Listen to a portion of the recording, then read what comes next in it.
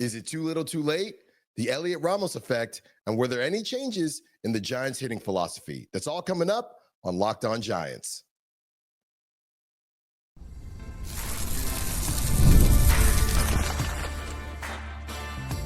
You are Locked On Giants, your daily San Francisco Giants podcast, part of the Locked On Podcast Network, your team every day. Hello and welcome to Locked On Giants, part of the Locked On Podcast Network, where it's your team every single day. My name is Alan Stiles. On the show, we provide daily episodes Monday through Friday, talking about the San Francisco Giants in a way that combines passion, analytics, with the eye test, and a little bit of fun. I'm from the Bay Area. I also host a show at Sacktown Sports 1140 in Sacramento, where I live now, the Alan Stiles Show, 10 a.m. to 2 p.m. every single day as well. And I MC for the Sacramento Rivercats. So I'm lucky enough to cover a team that I've been a fan of all my life. Today, it is time to discuss, is it too little too late for the Giants, the Heliot Ramos effect, and changings in their hitting philosophy. Today's episode is brought to you by Game Time. Download the Game Time app, create an account, and use code LOCKEDONMLB for $20 off your first purchase. Is it too little too late for the San Francisco Giants? There are a ton of Giants fans that they were afraid this would happen, okay? And look, before I get into how those people may feel, the Giants won again. They've won 4 straight. They looked incredible last night. Seemed like the most fun they've had in 2 months. They were scoring RBIs and runs off of the ball, bouncing off of players' heads in Matt Chapman. It looked like a great time, right? And there are a ton of Giants fans that they were afraid that this would happen and not really sure how to feel. Let me tell you right now, it's okay to not know how to feel. It's okay to be happy. It's okay to be annoyed. It's okay to just not really be sure, because we've seen this story before with the Giants, and it's frustrating. It is. And as a fan, you want to enjoy it, but it's frustrating. So there are a ton of Giants fans that were afraid this would happen. Coming out of that terrible stretch where they essentially sunk their own ship, they would turn things around exactly when it was just a little too late to make a push. It's not done, but the Mets won again. And here we are. Last night, the Giants whooped on the Cubs for their 4th straight win, and they whooped them good. 12-3. Ramos hit a home run. Chapman hit a home run. Devers, 2 Devers dingers. Carson Wisenhunt played with fire, but didn't get burned too bad. There were some huge double plays that were made to get out of it. And I saw something from Pavlovich that Willie Adames last 4 months been one of the best shortstops in baseball. And that's what we've talked about, right? As far as Carson Wisenhunt is concerned, he's not a bad prospect or a bad pitcher just because he doesn't go out there every single night and throws a ton of shutouts and strike out a ton of batters. He might not even end up being a starter in the league, but he goes out there, he competes, and he's doing that against some high-level teams. And there are a lot of contending teams that have guys like that in their rotation. At this point in the season, you just can't lose those games. You can't drop under your first 2 starters that are typically really good if you're in the hunt in some capacity, and now you just lose those games because you don't have somebody that's putting up a donut for you, or 1 run or 2 runs. And Carson gave up 3, right? Now, on the other end, doesn't look as bad today. If he gives up 3 and the Giants can't scratch 2 across the board, oh man, Carson Wisenhunt, what are they doing with him? It looks a little bit different when your team can score. And that's what these other teams have been doing. You have to be able to win at the bottom of your rotation. And the Giants are doing it now, when it's possibly too late. And with all that being said, this was the fear of some fans. The Giants would be out of the mix and then decide, okay, let's turn it on. And look, I'm not saying that they've sat there and decided because we're out of it to turn it on, but there is a level of, all right, a little less pressure on us now. We're probably out of the mix. It's easier to play like this. Being a spoiler has to be one of the most annoying things in sports for fans. Teams love it, right? Inside that clubhouse, oh, the vibes are right.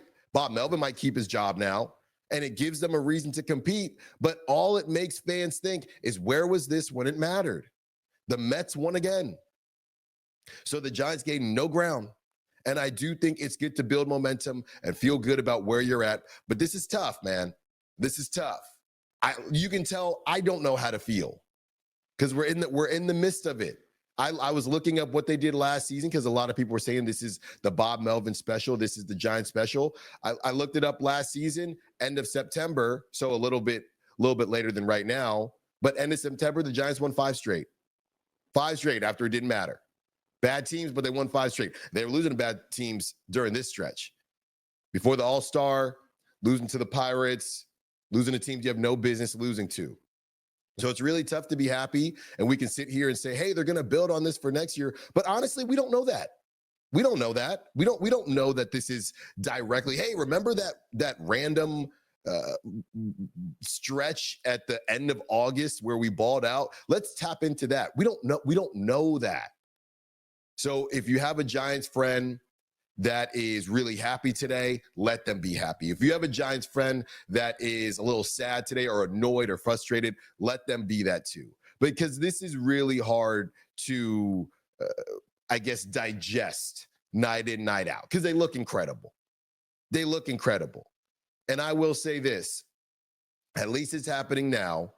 And maybe they sneak into the playoffs and have a nice stretch, or they cool off. But I think this would be worse, like I said, at the end of truly the end of the season, end of September, whatever it is, and you're not able to enjoy it because the season is almost over. At least there's still a chance at this point. And this is what I had been saying last week, right? People in the comments, people on social media trying to convince me that the Giants have a bad roster. A bad roster. Not that we're talking about a championship roster, a bad roster. The Giants have a bad roster, and they're not in a position to compete. Go tell that to a Pirates fan. Go tell that to a White Sox fan. Go tell that to a Nationals fan. Go tell that to a Twins fan, who recently they traded all their guys. Carlos Correa back in Houston. Go tell that to them, man. Don't tell that to me. Going back and forth about, oh, well, is it pride or are they just not good enough? You tell me. You tell me. You fire up the games that you just watched these last couple nights and tell me whether or not this is about a level of pride. And I don't want to say focus, because I'm not saying that they weren't focused, but a level of pride, a level of want to, a level of let's put our foot down. Or are they just getting lucky? I don't know. Are they just getting lucky? Though they had a really bad stretch, they could not pull themselves out of it. Besides that, they started off the season playing really well. They did lose some talent in the bullpen. Didn't look like it last night. Does it still look like a bad roster? Or does it look like a team that is playing with a new level of intensity, a refreshed level of intensity? They just beat the best team in baseball, in the Brewers, and they're in a position to sweep the best team as far as the wild card is concerned. They got the top wild card spot, the Cubs. And coming into the series, the Cubs were hot. But it's a bad team. No, they were playing badly. They were playing badly. There's a difference. So it's tough today, man. It's tough. But in my own way, I'm enjoying it. I hope you're enjoying it. And we'll see what happens as we continue, because you never know. But if the Mets don't start losing and don't start losing soon, this thing is kind of all for naught, besides some of the developmental things that we've come across. And that's really just what it is. On the other side, let's talk about one of those developmental areas that we can focus on, and it's Heliot Ramos, the Heliot Ramos effect. Let's discuss when we return. More Locked On Giants. Don't move. Hey, Locked On Giants fans, are you still paying full price for gas? Stop leaving money behind. Get real cash back every time you fill up with the free Upside app. Simply download the free Upside app in the App Store or Google Play right now and start earning cash at the pump today. Use my limited time promo code SEASON and get an extra 25 cents back per gallon on your first fill up. You can make up to $300 a year from just buying the gas you already needed. At first, I thought it was too good to be true, but it's totally legit. Real people are getting paid just to make their daily commutes, and you can too. Plus, you can cash out anytime to your bank account, PayPal, or an e-gift card for Amazon and other brands. Don't let this offer drive on. Download the free Upside app now using my limited time promo code SEASON for a limited 25 cents per gallon bonus. That's promo code SEASON. Offers vary by user and location. Go to upside.com for terms and conditions. We have an important request. Locked On wants to hear from you. We've put together a survey to learn more about our listeners and make your favorite podcast even better. This is your chance to tell us what you like, what you don't, and answer questions about our advertising. Go to lockedonpodcast.com/survey to get started. Everyone who completes a survey will be entered for a chance to win one of 10 $100 Amazon gift cards. Again, that's lockedonpodcast.com/survey. You can also find the link in the show notes. Thanks for helping us out. All right. How good could Heliot Ramos be? It feels weird to say this, but some way, somehow, Heliot Ramos is going to be the unsung hero of this lineup and basically of this season. He was an all-star last season. He's been in the leadoff spot this season. I didn't really agree with him in the leadoff spot, but he's balled out and he's done his thing. He's slashing 264, 337, 404, which really isn't that different from last season. The biggest difference is the home runs and the RBIs, which I know is a big deal, but that's not terribly surprising to me now that he's in the leadoff spot. Last season, he spent some time being the leadoff guy towards the end of it, but you had Yaz there. Funny enough, just a random note, I was looking at old box scores. Let us not forget Mark Canha led off a game for the San Francisco Giants just last season.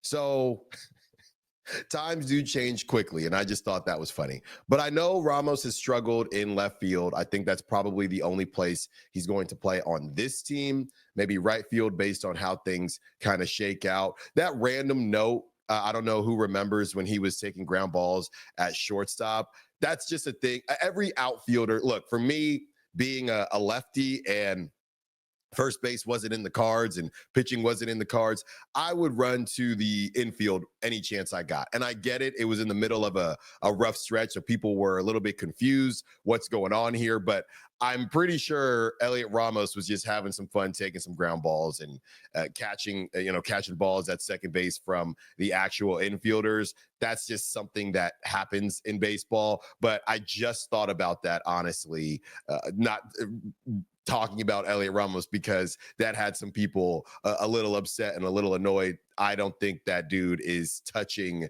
any type of infield. If anything, like I said, first base down the line, but I don't even know how we would get there. So I don't think anybody has to worry about Heliot Ramos in the infield, but we'll see. We'll see. But nothing came of it. There was no real report. It was just a dude in the outfield taking infield ground balls, because that happens sometimes. But I don't see him playing anywhere other than left field. Maybe he gets to right field based on how things shake out. He just gets knocks, right? He just gets knocks. He's actually 24th in total hits in the league. He's tied with Jose Altuve. The next Giant on that list is Rafael Devers at 45th.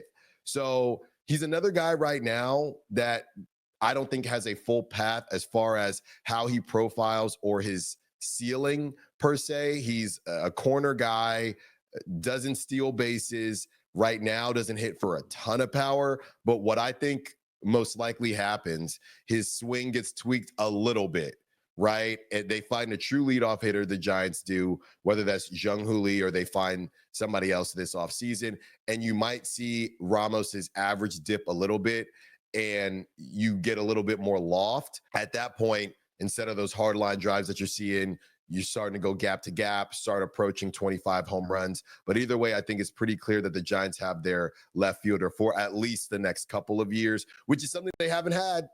We know the two streaks with the Giants, a different left fielder every single season, and nobody has hit 30 home runs, and they could somehow end both of those streaks this season, okay? Now, it's not over yet. Anything can happen, but that's and we'll see what happens in the offseason. But two really big things that we kind of joke about each and every season.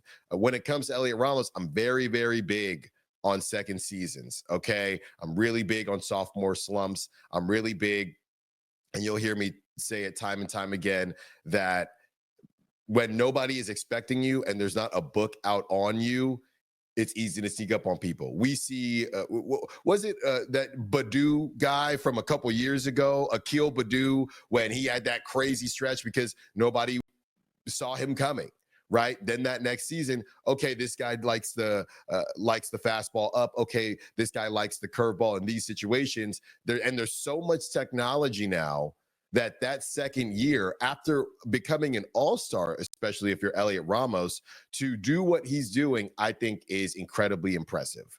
And it just feels like it's not getting talked about enough. You go get Rafael Devers, you go get Heliot Ramos, you obviously have Matt Chapman in the mix, but Heliot Ramos, every time you look up, he's getting a hit. He's hitting the ball up the middle, and he's doing things for this lineup. So with all the other big names, just feels like he hasn't been talked about as much, and I really wanted to give him a bit of a spotlight just to say that I appreciate what he's doing.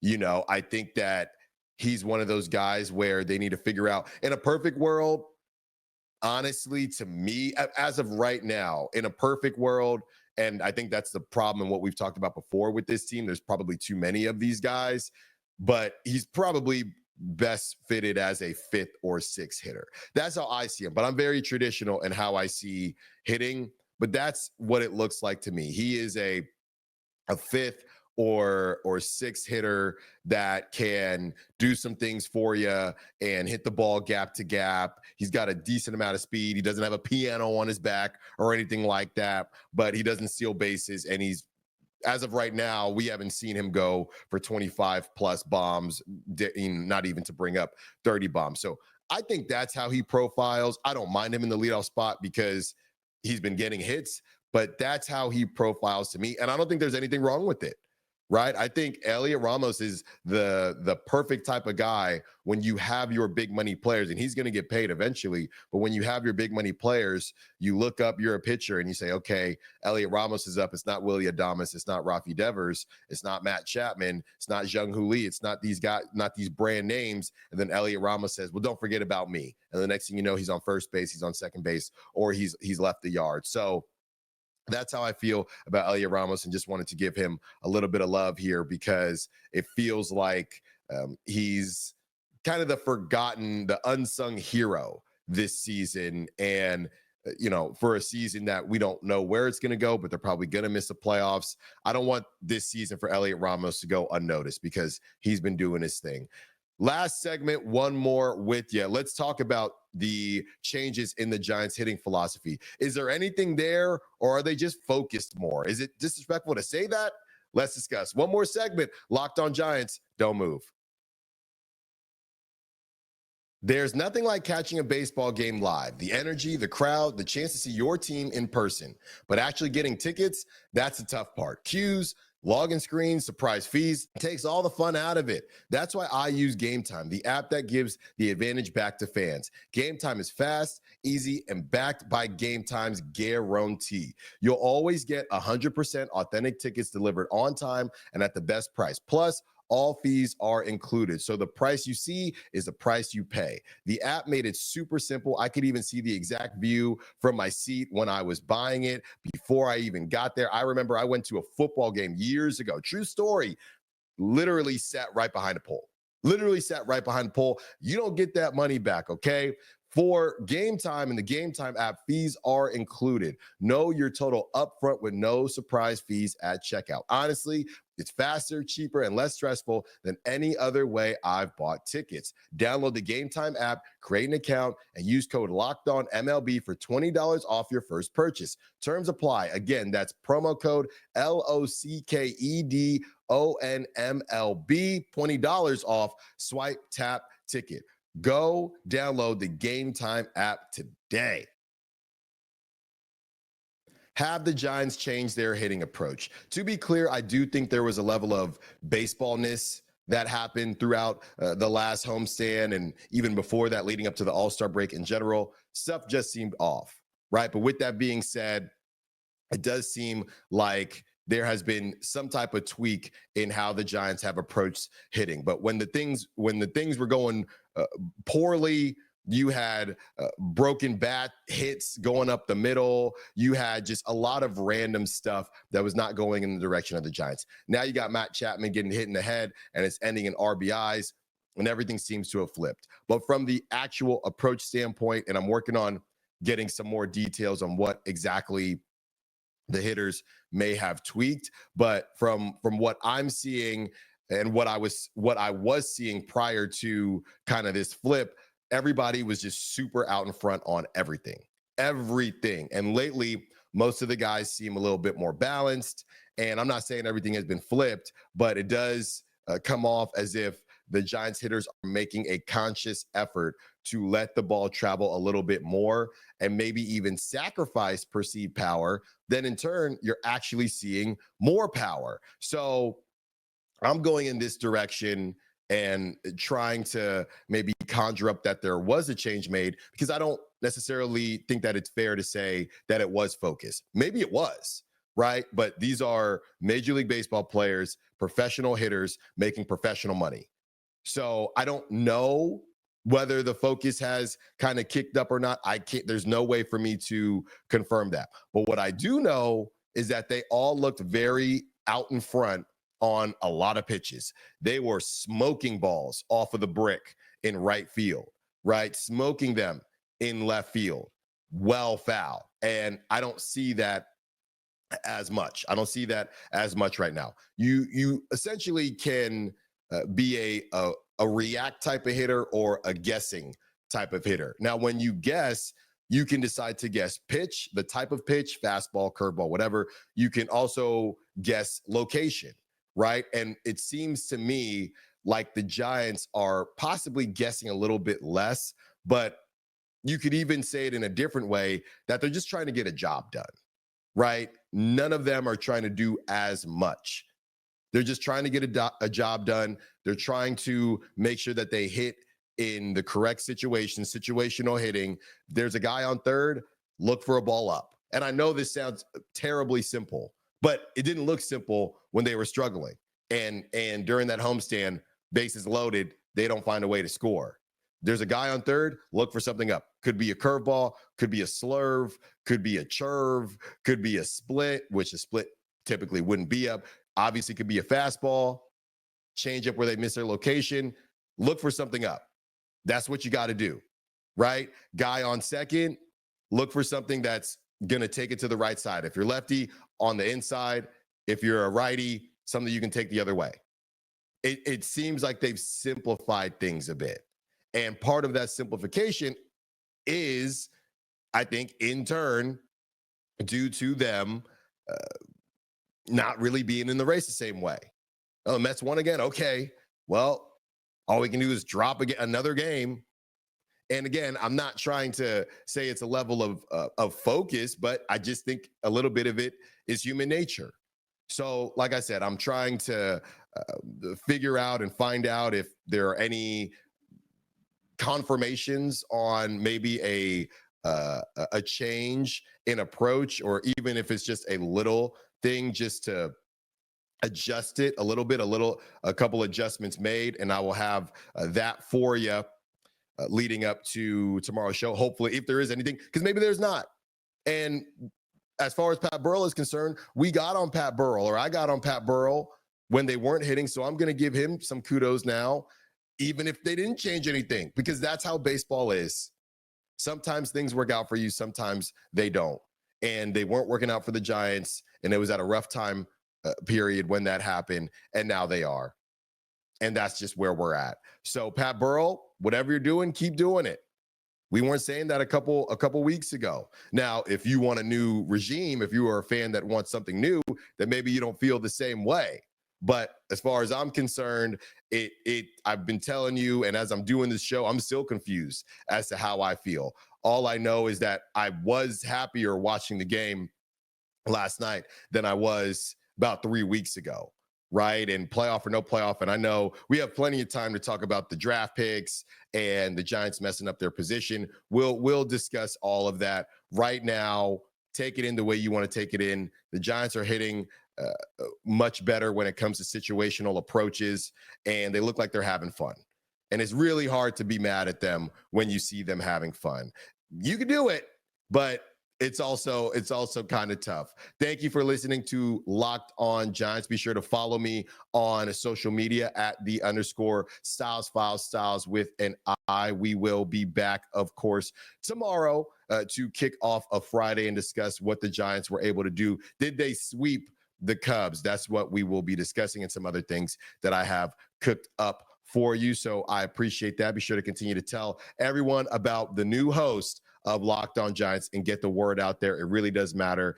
And continue to listen, download, subscribe wherever you listen to your podcasts, and obviously watching on YouTube. It's another big moment on Locked On. College football fans, Locked On and Fire TV present College Football Kickoff, your ultimate college football weekly preview. Drake Toll of Locked On Big 12 leads the conversation alongside two-time AP Coach of the Year Gary Patterson, former college star Jesse Holley, and Locked On's local experts.